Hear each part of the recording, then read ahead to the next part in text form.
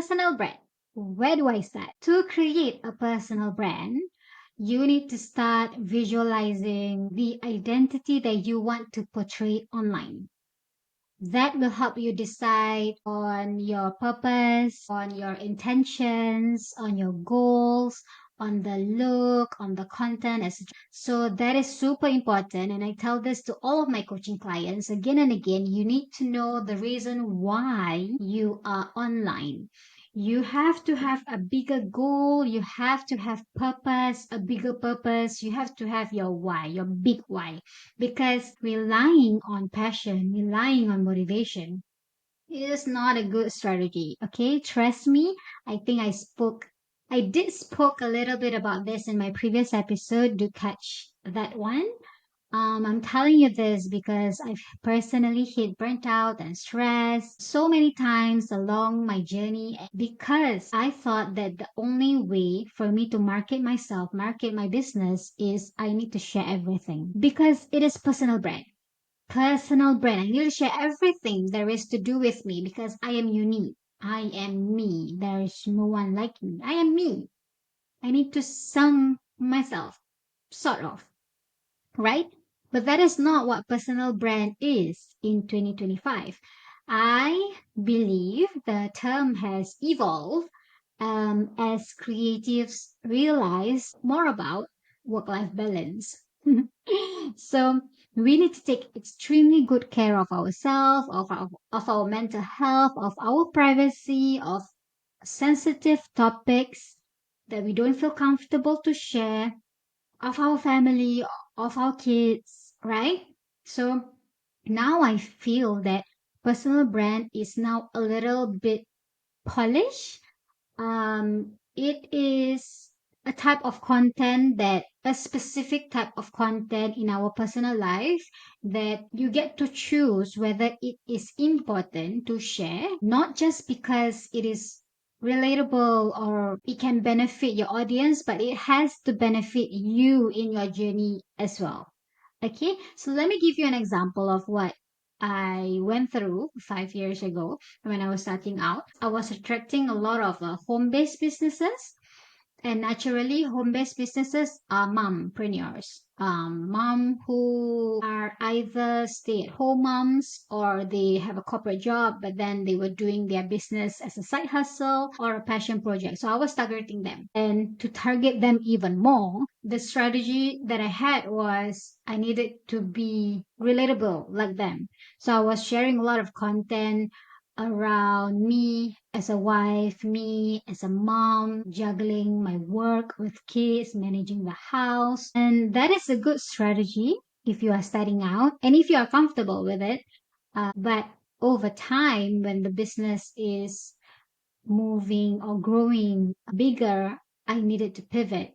I realized that I'm attracting quite a number of strangers in my page and I don't feel comfortable about sharing everything that I went through in my day. And these people, I'm basically recognized for the person who behind big dreams. And people will come up to me physically, as in when I'm out and about with my family, people will come up and recognize me. And if they recognize me, they would definitely recognize my kids. And the thought of that made me feel not okay.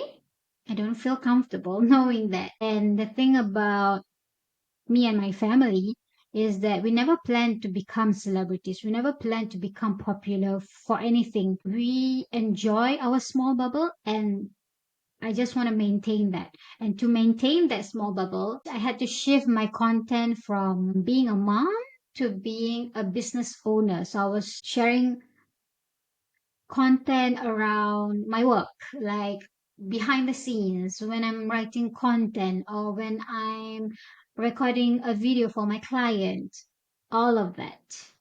Yeah, all of that. So the content that I had about my family, my kids, I had to archive them and I was showcasing a lot more educational and thought leader kind of content.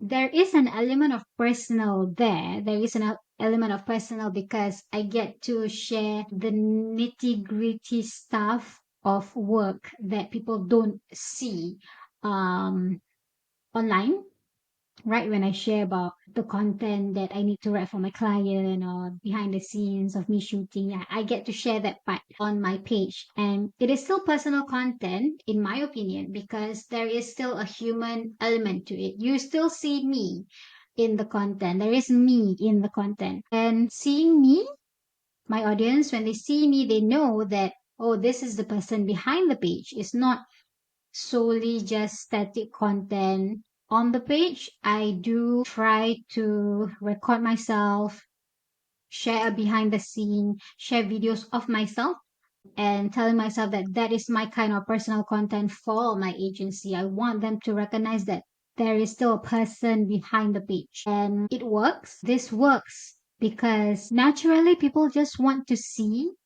the people behind the page so that you are seen as friendly and approachable and it's easier for you to communicate via DM. Yeah, and that is my current strategy for the agency. It has been working, still working, so I'm happy with it. Of course, there were times where I wrote the content, record the content, I edit the content, but I still don't feel comfortable about the content, so I don't put it out. I don't put it out. I just keep it that way in my Notion. Does that mean that the content is wasted? No, I don't think so. Because as I was creating the content, I was recording the content, editing the content, I learned along the way and I level up. Although it was a tiny bit of leveling up, I am still leveling up. I get to repurpose the content, try to figure out a better way to repurpose it, shift something, recreate it into something better. And this is normal being a creative of your own personal brand. It is normal to feel that for certain type of content, you don't necessarily need to push them out if you don't feel comfortable about it, right? And so let's jump into being authentic and how storytelling fit into personal brand. Okay, so I talk about personal brand, personal content being a tiny bit of because we're not supposed to publish every single thing of our life, right? So how can we still add authenticity into the content that we put out? Of course, we want it raw because we want it raw but not super raw. We want it unique but not unique to a point where we people do not understand it. We want it super relatable, but are we willing to sacrifice or risk some privacy or sensitive topics to the public, right? So this is where ChatGPT comes in. And I know, it's super counterintuitive, like being authentic and then using ChatGPT. Wait, what? No. Okay, listen. If you're like me, your sharings and talkings has no boundaries. You share anything and everything, and sometimes you don't want the content to be misinterpreted by others. I use ChatGPT, and I feel that ChatGPT has saved me a number of times in my content. So I write stories as personal branding content on my LinkedIn, and these stories are mine. It's mine to share. But sometimes I do not want to share every single thing about it, right? I do not want to share every single thing about it. So I go up to ChatGPT, I wrote down my story, and then I pair it with something that has to do with my expertise, which is content creation or Instagram marketing. And then I let ChatGPT does it work, and then it's gonna craft me something very general, something very nicely done up content that has both my story and how it relates to social media, but it's done up general, not too narrowed into my life, but it is enough to give enough value and impact to the readers who are reading it. And that is that is sort of my secret how I create content on LinkedIn. I do that. And then I don't just rely on the content that they put that they give me because apparently ChatGPT loves to add M dashes and I don't really like them because people has depict that content with M dashes is from ChatGPT. It is from ChatGPT. My story is still from ChatGPT, but I use it to still write it in my tone of voice. Yeah, so that was what I did. I'm still doing it for my LinkedIn. I'm using ChatGPT to aid in my storytelling and not to use it to pluck out someone's idea and then pose it as mine. No, no, I don't do that. So as much as it is, there is still storytelling, there is still authenticity in that type of content that I create. And these stories that come from me, I don't get to craft them every single day because, well, I want to say that my life is pretty boring. There's not much exciting things every single day. When there's something that is worth sharing, then I'll only craft it and then I go up to ChatGPT. I would require a week to craft the same story, maybe more days, but the when with ChatGPT, I'm able to do that. Well, in seconds. And if you tell me, oh, that means we can post every single day because with ChatGPT, we can create stories every single day. Not necessarily. I don't encourage everyone to post every single day. I think I did spoke about this. Creating every single day can become a chore. You will face with disappointments. So, impactful stories that I share come only at rare times. And these are the ones that I plug and add onto ChatGPT, and ChatGPT refine it, and then I get to add a little bit of my tone, of my voice in the content, and then I publish it on LinkedIn. So my life is not rainbows every single day. There are days where it's just mundane and I don't feel like creating. I don't feel like facing the computer, my laptop. I don't feel like engaging, right? So there will be days that I just want to enjoy being myself. I just want to enjoy eating lunch. I just want to enjoy being with my husband or my friends. So I don't write. I don't write all the time. I think this is what being authentic is. I feel that not everything is worth mentioning online.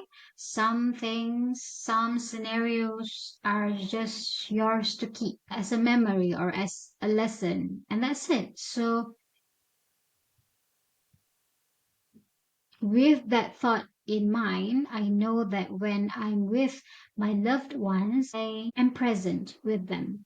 I am present with my kids. I'm present with my husband. I'm present with my friends when I go for nature walks. And this is what it means, in my opinion. When you are present, you get to listen and observe more. And isn't that a great type of quality in someone when you meet offline? They are there with you, they are listening and nodding and repeating what you say. You can get to be this awesome person online and offline. And I think people enjoy being around that kind of people. When you do that, you exemplify transparency. So whatever you do online is also what you do offline. And we all know that being transparent evokes trust, and people trust you because of who you are offline and online. So you see where I'm going with this? I am so far from these qualities that I speak in this episode, but when I talk about it, I think I want to be this person and I'm still practicing. This is my ideal person for 2025. And I wish you listening would want to become this person too. What does all of this have to do with personal brand online? So it is everything. Working on yourself offline, you will naturally portray the best version of you online. And that is how you are able to create a naturally good identity for your personal brand. You don't want to be seen as someone so cool online, but then when they meet you offline, you're weird, right?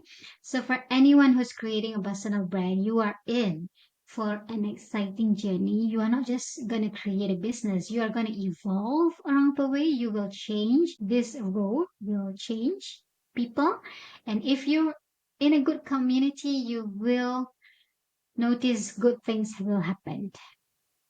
So that's it for today's episode. I will see you in the next one.